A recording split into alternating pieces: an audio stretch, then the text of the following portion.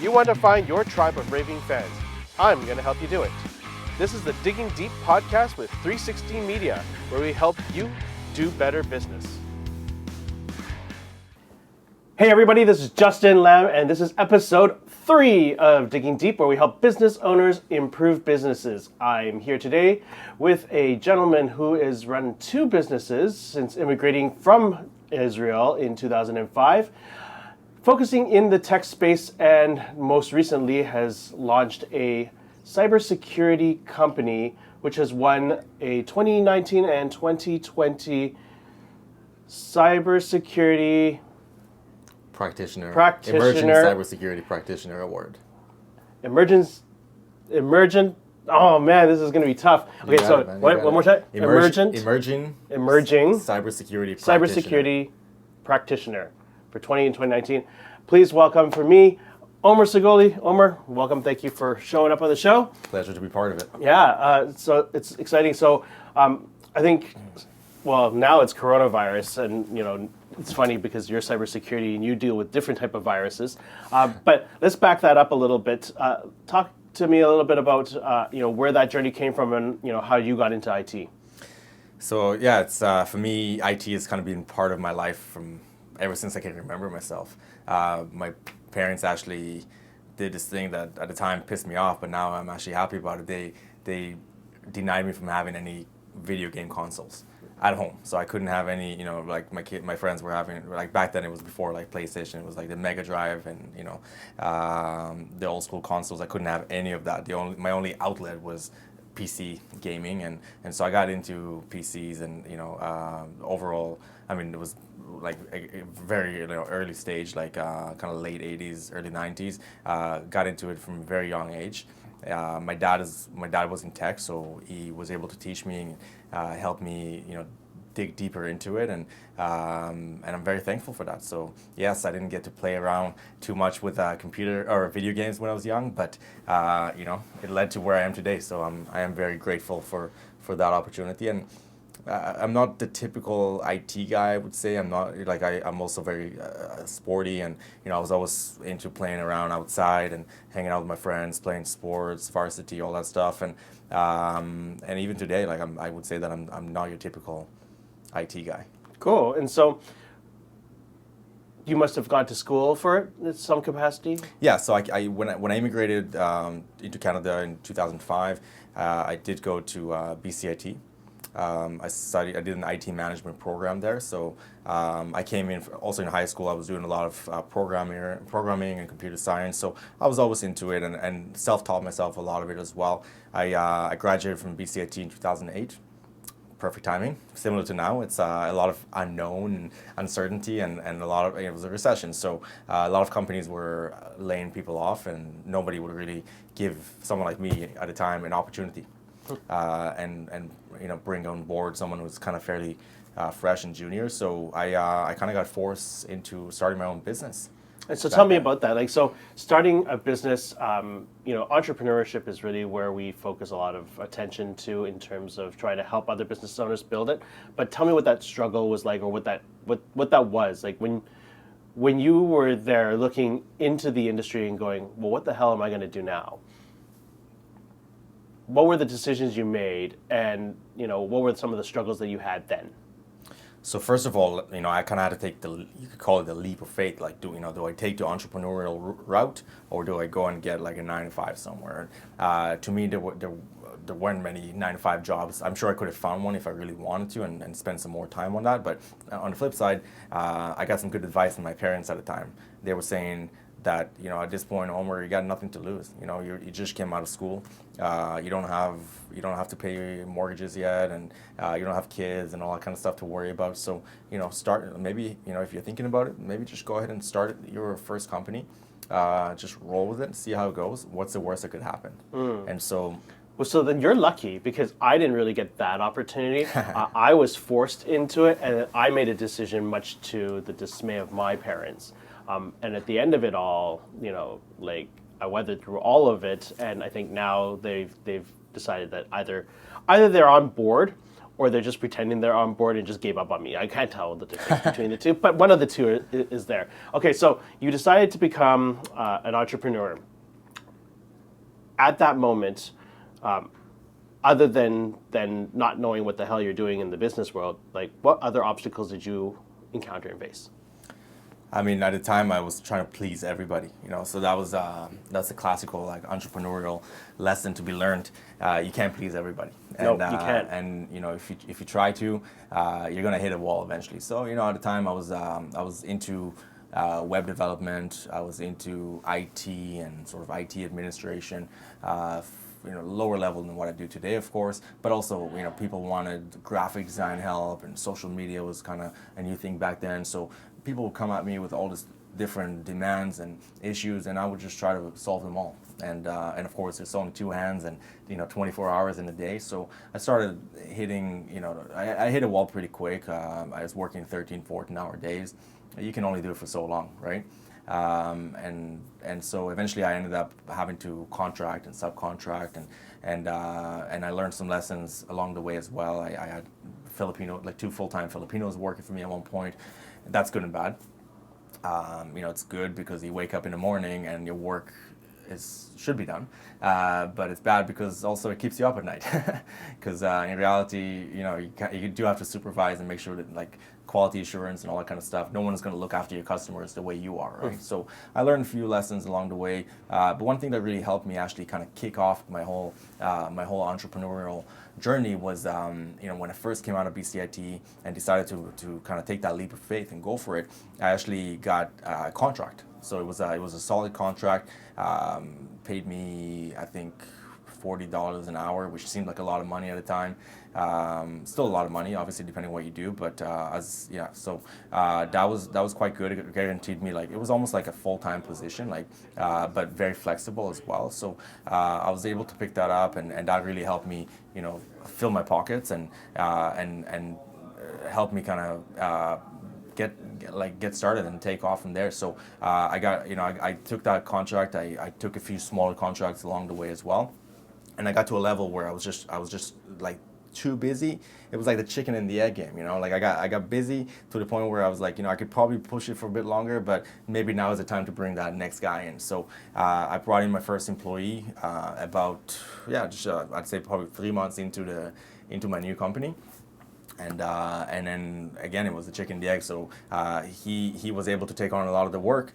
I was able to kind of get out in the field and start doing some business development and generate some more business and more income. And then we got busy to the point where we then brought in the second person, and then it was just constantly playing that game. And that's not as common a scenario in, I think, entrepreneurship. I think a lot of people struggle, where they're getting busy, that they're not able then to hand off. And so, when I go to talk to people and try to advise them on how to save and condense that money, it's looking at the subcontract work and actually backing that up, that they should actually have better control over the quality and the policies and procedures that are outlined in it. And you're an interesting case because yes, you did all the work up until a point where you couldn't handle it, and you started handing it off, or sending it to an overseas department or subcontractor. And I think that's a lot of difficulty for an entrepreneur to really want to let go of, especially if it's a passion craft, right? Like photographers or graphic designers, or in some case IT. What is that mental shift that you feel when you're at that point, and how did you find trust in giving that to somebody? I mean, I'm not going to lie, I am a perfectionist, and yeah, I had a really hard time with it, and at the end of the day, it didn't work out. I had to pull out, and it didn't also work out for some of the projects that I wanted to take part in. I had to be very sensitive about what I do, and but yeah, it was trial and error, and if I was to do it all over again, and I am doing it all over again, this is actually I just launched my fourth business. I wouldn't subcontract or outsource to the Philippines or anywhere outside of Canada. I keep it all in house, and obviously there's pros and cons to both. Yeah, I mean, there is a lure for people who outsource overseas because they feel like the price is cheaper. Yeah. But then there is sort of that caveat where some people feel like, what you pay is what you're going to get. And a lot of the times, unfortunately, it's true. And you hope it's not true. And I feel like things like Fiverr and Upwork sometimes do a great disservice to the industry because I think it lulls you into thinking, oh yeah, like this is going to work out really well. But I think with all things, it's still a matter of taking that time to interview and then having the right processes in place. When we tell people outsource things, I feel like you should outsource the things that are easily repeatable, but never outsource the IP, the intellectual property. How do you feel about that? Yeah, I 100% agree with you. I just had a conversation about that exact same thing today. Don't outsource your core competency. Yeah. Yeah. And so now, I think your original company, Tectone, is now in its 7th year, and That's actually not my original company. It's actually that was my third company. oh, it's your third company. Okay, cool. Yeah. And so Tectone is the one that I've known you for, and now you've decided to move into a new branch of business, particularly relevant to this day and age, and that's cyber units. You got it. And there's so many parallels between what's happening now in the world, and everything is getting shut down and everything's getting paralyzed, and to what cybercrime is doing to people's computers and mobile phones, and how easy it is to be infected. So maybe can you share a little bit about what cybersecurity really means for people nowadays, that they're moving off of desktops and more into the mobile environment? Yeah, so traditionally, when you set up a business, or even just when you buy a computer, everyone knows, hey, I just bought a computer. You kind of put two and two together. I bought a computer. I need some sort of antivirus solution.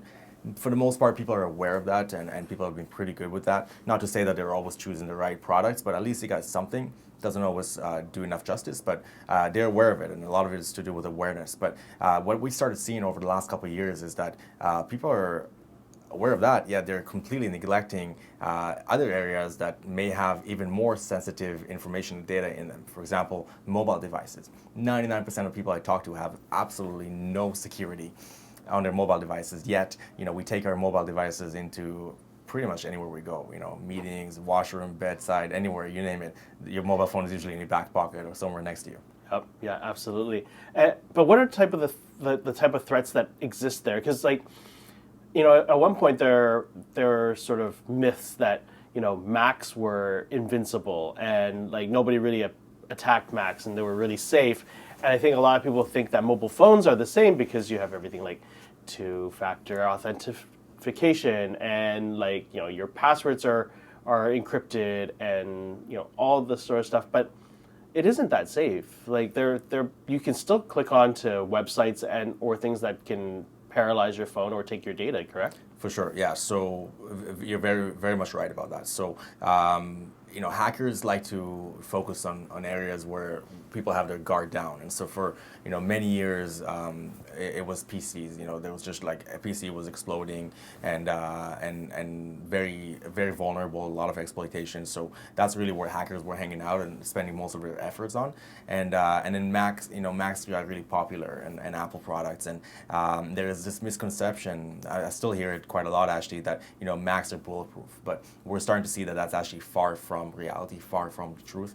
Just a couple of weeks ago, there was a study that came forward and indicated and proved that Macs are actually now under greater attack than PCs. And so Macs are actually far from bulletproof, and mobile devices, Android and iOS, they're both exactly the same phenomenon. It's like people don't they expect the vendor or the manufacturer, Apple or Google, to kind of take care of security for them. They think they got like facial recognition, and Apple is kind of vetting all the apps and so on. But we're still seeing, like every few weeks or every couple months, you see some pretty scary stats and numbers and articles that will go as far as saying 2,000 or 5,000 apps just got pulled out of the App Store, and a lot of times that's too late. You know, Yeah. so again, hackers are aware that nobody has security. Like 99% of people don't have any security on their mobile devices, and so that's really where they're focusing the most. And so we started seeing a lot of attacks targeting the mobile vector back in 2019, and we're going to see a lot more of that in 2020 and moving forward.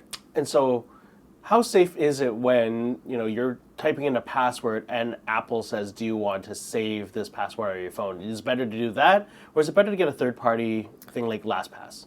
I would get a third party. I mean, obviously, the Apple keychain option is better than nothing for sure, but it doesn't really do the work that it should. The other thing about storing it in your browser, like Chrome does that as well, right? Chrome has kind of like a built-in password manager, same as Safari, which ties into the keychain, but a lot of people don't realize that if you're storing your passwords in your browser or in Apple Keychain, if somebody has access to your computer and most likely they know your password, or you just kind of let them use your computer temporarily, they can actually get into all your passwords. So I would say it's not safe. The other thing is that it's not really doing the educational piece. It's not really training you on how to improve your passwords. It doesn't really, as far as I know, I don't think it actually lets you like generate like strong and complex passwords. Does No, it? I don't think so. So it's doing about maybe 20% of what like a company like LastPass, which is it's a great option actually for password management. It's a third party that lets you manage. It's kind of like a vault for all your passwords and all your sensitive information like passports and SIN numbers. You can store a lot more than just passwords there. But what it does is it allows you to store very complex passwords and unique passwords for all of your services, and it doesn't just allow you to store them, it also makes you more efficient. So when you want to log into a specific online service, you go there and then right away LastPass will identify that you have a password associated with that account, and then it would actually just log you in for you. So it makes you more secure and more efficient at the same time. And passwords, man, I can't stress it enough. Like people have no idea how much is out there on them. There's a dark web. Some people probably have heard about the dark web. It's a place where horrible people, a lot of hackers, but just horrible people in general go to sell and buy stuff like weapon and human trafficking, just horrible stuff. But our focus is really cybersecurity and corporate data, and there's so much corporate data on the dark web for sale. People have no idea, and so if you use one single password for all of your devices, all your logins, what's going to happen is one of those accounts probably will get breached at one point. Maybe not you personally get breached, but the vendor themselves, like LinkedIn got hacked back in 2016.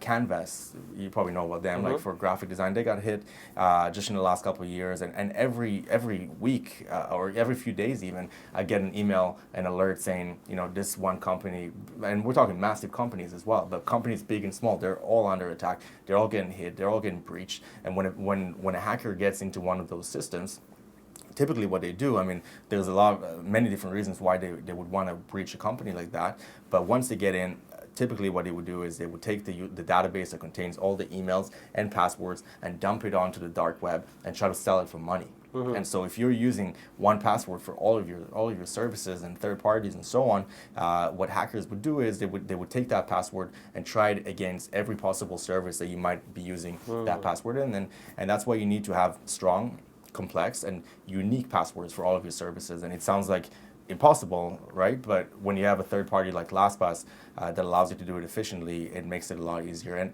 it also helps do it in a team environment. So a lot of times people have to share passwords and share accounts, and so instead of trying to kind of like think about different key phrases or things that you guys might know, but then you have to change it once in a while, so you have to let the other person know, you could do it very efficiently in a system like LastPass. Yeah, and that's something that I definitely enjoy a lot more of in terms of being able to send to contractors or some team members who are remote, and being able to just send them access without them having to keep track of whatever password is current at whatever time that we're at. Exactly. So the other thing is now, because of the pandemic outbreak of coronavirus, a lot of people and companies are trying to figure out ways to work remotely. Yeah. And part of that is being on a tablet or a computer or on their phone and being able to access corporate data. So is is there a way for companies to look at security in that standpoint, and what can they do to protect themselves? Yeah, so I mean, it's very unfortunate what's happening right now, but we started seeing the kind of move and trend towards, the work from home policy in the last couple of years. Has been getting very popular. There's companies out there that like Warp, Automatic, the company that runs WordPress, like they're purely work from home company, and we'll probably start seeing that a lot more. But now it's interesting because now we're sort of forced into it. I mean, today, we're still kind of beginning of March 2020. We'll see what happens in the next few weeks. We'll probably see a big push towards work from home for everybody. It might be mandatory. In some countries it is.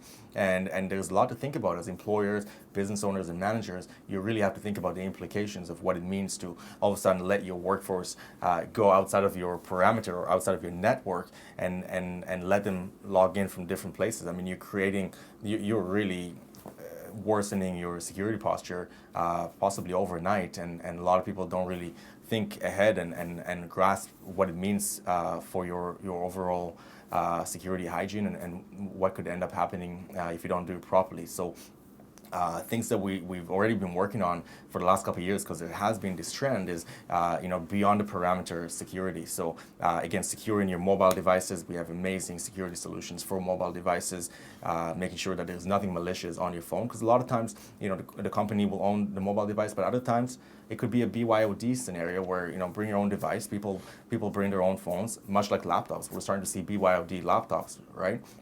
Or people working from home. You have no idea what's going on in their environments. Yeah. You don't know if they let their kids play with the phone or the laptop at night and download all these funny apps. A lot of apps, like I said, are malicious, and whether or not you know it. Sometimes you'll download an app and you'll be legitimate, and then the next day a hacker group will actually buy that development company out, or maybe it's like an abandoned app that the guy wasn't making enough money, and so hackers will come about and look for those kind of opportunities, get into it, and then overnight you're basically in the pockets of hundreds of thousands of people. So it's really important to secure your mobile devices, your tablets, any computer, anything that accesses your corporate data should be secure. And so how does so if somebody's interested in this, like, what's the website for yeah, you? so check out cyberunit.com.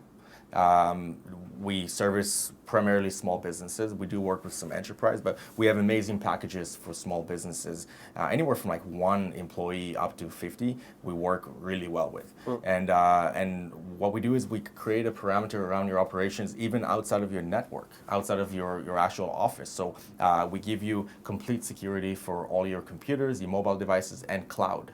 So we talked about devices, we talked about computers, and we talked about mobile devices, but another big area, Justin, is cloud.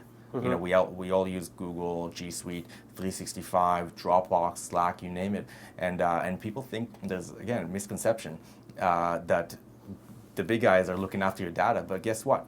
When shit goes down, am I allowed to swear? Yeah. Yeah. So we can swear. Yeah. I swear I drop a lot of F-bombs. So when it goes down, you're gonna go upstairs and talk to Google, and they'll say, sorry, you should have read the fine print. You signed off on it when you signed up. There's in the fine print, if you look closely, there's a section about shared responsibilities.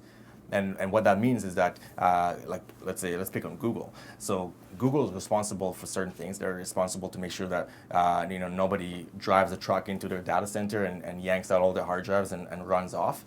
They're responsible for a lot of security aspects. But if somebody breaches one of your accounts, that is on you. And that's on you and your IT. And so there's a lot that you have to be responsible for, and people are just kind of unfortunately not doing, sometimes it's pretty basic things, but they're just not doing them, and they find out too late. And once there's a breach, it can get, I see them all the time, unfortunately. A lot of companies come to us after a breach. It gets very expensive and very tricky to get a company out of a scenario like that. Sometimes, there's a horrible stat, which I've been aware of for quite some time. 60% of companies that get hacked go out of business within 6 months. Wow, that's crazy. Yeah. That's an incredible stat. So it's a lot easier for us to have a conversation right now and make sure that you have all your ducks in a row before the fact rather than after the fact. It gets very, very expensive. And yes, there's insurance, cyber liability insurance, and so on, but we're starting to see a lot of companies getting denied as well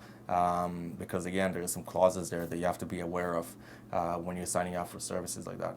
Amazing. So just to recap, from some ways that people can protect themselves would be to change passwords, if even better, to use something like LastPass, a third-party software that helps manage all of that, to kind of be careful of what you're downloading and what you're playing around with, and then, of course, contact you. Yeah, I mean, there's a lot more you can do. We basically we like to let our clients focus on what they do best, and so we have packages that really will do everything from A to Z for you.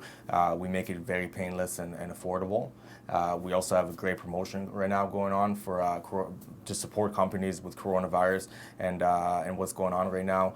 There's obviously everybody's taking a hit, but it's very important to make sure that your data and your operations are still secure because it's temporary. You know, we're all going to go through some tough times, but at the end of the day, we'll bounce back up, and we want to make sure that when we do that, our businesses are not permanently hit with a breach or something horrible like that. And so we are offering 20% discount on our cybersecurity packages to anybody that signs up right now in March 2020. And let's hope, again, COVID-19, coronavirus is temporary and goes away very quickly. But we have to be prepared to make sure that we're not jeopardizing our businesses and operations. Yeah, I mean, I think on top of that, like the good thing that could come out of it all is that the world all of a sudden has a different type of infrastructure around the corporate workplace. I know there's a lot of movement in that direction where people are working from home, co-working spaces and whatnot, and trying to get away from that big, tall corporate building. And I think something like this, which kind of forces people to be remote and to be away from those, I think is going to cause a different type of trend in the work environment. You're totally right about it. It's a big eye opener for everybody. Yeah. And I guess it was only a matter of time. Like things would have probably shifted in that direction anyway. We started seeing a lot of even co-working spaces, right? Like they're just popping up left, right, and center everywhere. And again, with co-working spaces, it's kind of like working from home. You no longer control the environment and the network, and you're sharing space with not your kids in the co-working space, but with other offices and other businesses. And if one gets hit, it can trickle down to everybody. Yeah, absolutely. Yeah. So same as the home environment. If your laptop is secure, that's great. Or if it's not secure, most likely it's not secure properly. One way or another, if somebody else at home gets hit and gets breached, it will malware is sophisticated enough nowadays that it will actually look to see what else in the network and propagate and permeate it into other systems. It's actually getting to a point. There's a horrible thing going on right now. The malware is called Emotet. What it does is so once you get infected with it, it will lock down your computer, hold you for ransom, all that horrible stuff, but it will actually start looking into other neighboring networks around you. So it will look through your, all the available wireless connections, and it will actually try and brute force its way into your neighbors' networks or your next door office networks by trying different passwords and kind of going through the dictionary and trying different combinations. It's called brute force, and it's starting to spread very, very fast. And so there's a lot out there. Hopefully the listeners are not sitting at home scared out of their minds. If you're worried about any of this kind of stuff, or if you know somebody who is, definitely feel free to approach us. You can email us at secure@cyberunit.com or just check out our website, cyberunit.com. Cool. And for those of you guys who are listening on Spotify, we do have it on YouTube, and so I'll have the link in the description there. But yeah, thank you so much for the time. I know you've got to go pick up the kid, but always appreciated. It's always nice to have a good conversation with you. But for those of you guys, if you guys enjoyed that, please hit that subscribe button, follow, comment, let us know how you like it. One thing I always ask everybody at the end of the show is, what is a resource that a person can go and look at to learn more about something that you're passionate about, whether it's cybersecurity or just something in general? I mean, LinkedIn is huge. Cybersecurity, if you don't want to do all the homework and constantly research and see what's happening and what could be impacting you, follow my company on LinkedIn. We're posting about 2 or 3 times a day. We'll be posting articles and different posts that are actually impactful for small businesses and entrepreneurs. So that's a great resource right there. Maybe I'm a bit biased to say that, but we're doing the legwork for you, and you can follow us there. Look up Cyber Unit on LinkedIn. Awesome. Perfect. Thanks, man. Have a good one. Thanks for having me. Thanks.